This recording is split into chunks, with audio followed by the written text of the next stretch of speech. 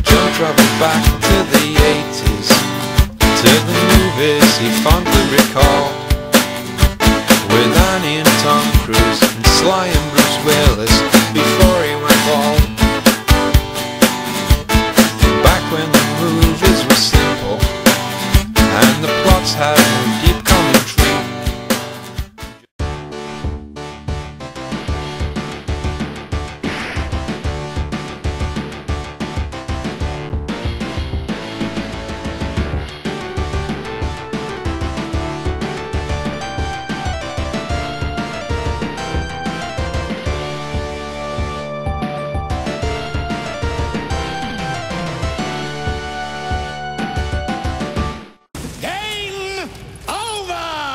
The Streetfighter series is one of the most successful in gaming history, so it was only a matter of time before it was turned into a live-action movie. With all the characters from the game appearing and a great cast lineup of Jean-Claude Van Damme as Guile, Raul Julia as Bison, and even Kylie Minogue is in there as Cammy, how could things possibly go wrong? Well, let's just say that nothing went right with this film. Absolutely nothing. It's like some kind of fucking joke that isn't even funny accidentally. It's beyond shit. Okay, so the film starts with a TV news report about Bison. He was the big end boss in the games, if you didn't already know that. Now he's taking prisoners and he's generally been a complete and utter maniacal bastard, hence Mr. Van Damme's over-the-top laughable speech here. That bastard Bison! I know you like to look at yourself on television, you sick son of a bitch. So look at this. What are you doing? The film does actually start off on a semi-serious note, but before you know it, the script takes a turn for the worst. The actors on show obviously never attended a single class of acting school in their life, and all those dreams you ever had as a kid of seeing Dalsim, Blanca, Ryu, Ken, Guile, E-Honda, Zangief and Chun-Li showcasing all their special moves in a great kick-ass movie are all washed away by a giant river of shit.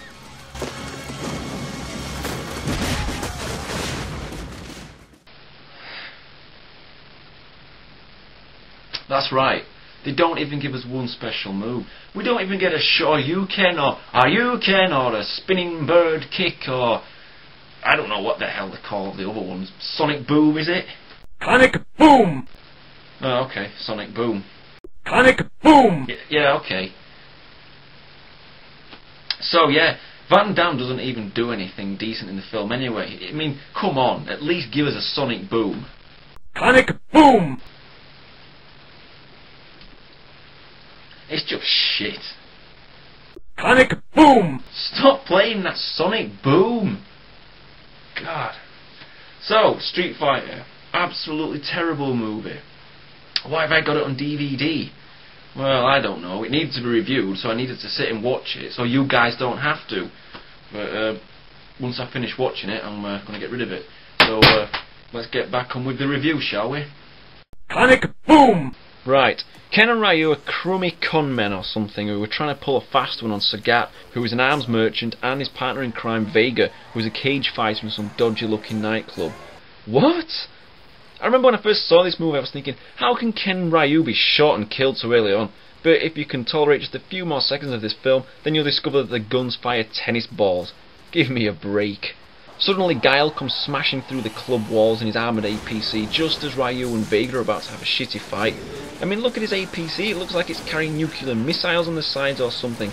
And then he just tells everyone, You're all under arrest. Fast forward a little bit and Ken and Ryu are escaping along with a load of other prisoners. Guile, for no sane reason whatsoever, decides to run into the middle of the road and start shooting his pistol, but he's shot by Ken. It's the most useful thing that Ken does in the movie, to be honest. Kylie Minogue shows us some more of that unlimited natural acting talent that she possesses before we discover that Guile turns into a zombie and goes looking for human brains to munch down. Bison decides to throw a party, buys the real guns from Sagat, and in exchange gives him a briefcase full of limited edition Monopoly money which features his own face. What a joke, it's not even worth the paper it's printed on. On the contrary, every bison dollar will be worth 5 British pounds. For that is the exchange rate the Bank of England will set once I've kidnapped their queen. It's moments like that that you wish you had some great speech of your own to come back with, but in Sagat's case, he goes with the legendary, You raving lunatic! which I believe is the best saying ever in movie history. Seriously. Nothing much happens for a while, although in all fairness nothing much has happened, period. When are we going to see some street fighting and special moves? See, that was a problem with Mortal Kombat. Sure, it had plenty of fighting, but no special moves. But Street Fighter decides to go one step further and gives a big fat middle finger to the audience, as there's no fighting at all. Did the guy who wrote this even play the video games? I mean, what other shit has he written in his life? Die Hard 2, Beverly Hills Cop 3, The Flintstones. What? How the hell did he get a job writing Street Fighter? Well, on the upside, there is Kylie Minogue in this film. I mean, let's face it, she wasn't in this movie for her acting abilities. It's just pure eye candy. So, let's watch a bit of Kylie.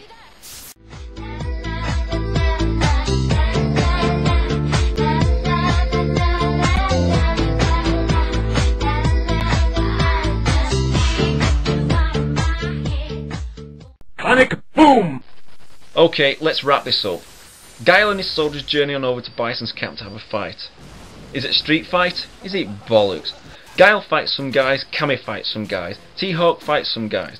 Guile shits himself and sees a spider. Some fat guy fights Dalsim, Blanca fights the fat guy. DJ runs away, E-Honda fights Zangief. Guile fights Bison, Chun-Li fights some soldiers, Balrog fights some soldiers, Guile kills Bison. Bison comes back to life and fights Guile. Ryu fights Vega and Sagat. Ken joins in to help Ryu and fights Sagat. Ryu beats Vega. Ken beats Sagat. Guile kills Bison for the second time. E-Honda runs away from Zangief. Zangief becomes a good guy. Blanca and Dalsim, who has miraculously changed to look more like the characters from the game, decide to stay in the building, which blows up. Guile runs away, but the entire palace crumbles to the ground. Everyone cries, but then Guile appears and everyone cheers up, and that's the fucking end of the movie. 4 out of 10.